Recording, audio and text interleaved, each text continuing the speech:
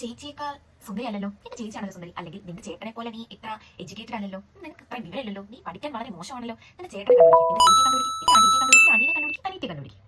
ഈ type of comparison നമ്മൾ എല്ലാവരും നമ്മുടെ ലൈഫിൽ ഒരിക്കലെങ്കിലും കേട്ടിട്ടുള്ള ഒരു കാര്യമാണ്, അല്ലെങ്കിൽ നമ്മൾ മറ്റൊരാളോട് പറഞ്ഞിട്ടുള്ള കാര്യമാണ്. നിങ്ങൾ എപ്പോഴെങ്കിലും ചിന്തിച്ചിട്ടുണ്ടോ? നമ്മൾ ഈ പറയുന്നത് ചിലപ്പോൾ തമാശയ്ക്കായിരിക്കും, പക്ഷെങ്കിൽ ഇത് കേൾക്കുന്ന ആൾക്ക് അല്ലെങ്കിൽ നമ്മൾ കമ്പയർ ചെയ്യുന്ന ആൾക്ക് അതൊരിക്കലും ഒരു തമാശയല്ല, അവരുടെ മനസ്സിലേക്ക് ആഴ്ന്നിറങ്ങുന്ന ഒരു സംഭവമാണ്. സോ നമ്മൾ ഇങ്ങനെ പറയുമ്പോൾ ഇത് കേട്ട് കേട്ട് വളരുന്ന കുട്ടികളിൽ അവർക്ക് അവരുടെ സെൽഫ് വാല്യൂ ഇല്ലാതാവുകയാണ് ചെയ്യുന്നത്. അവരെ തന്നെ ക്വസ്റ്റ്യൻ ചെയ്യും. അങ്ങനെ ചിന്തിച്ച് അത് പല കൈൻഡ് ഓഫ് മെന്റൽ ഹെൽത്ത് പ്രോബ്ലംസിലേക്കാണ് പോകുന്നത്.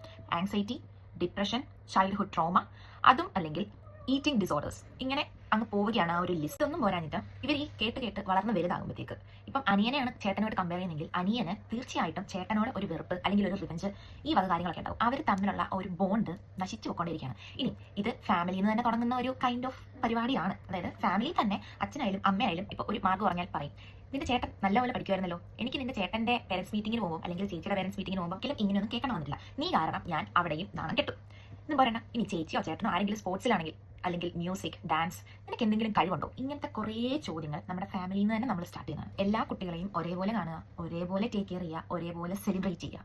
കാരണം നമ്മൾ വീട്ടിൽ നിന്ന് പറയുന്ന വേർഡ്സ് ആണ് അവരെ ലൈഫ് ലോങ് അവരെ സ്ട്രഗിൾ ചെയ്യാൻ പോകുന്നത്. ഇമോഷണലി അതൊരു ഡാമേജ് തന്നെയാണ്. So let's build up each other, not tear each other down.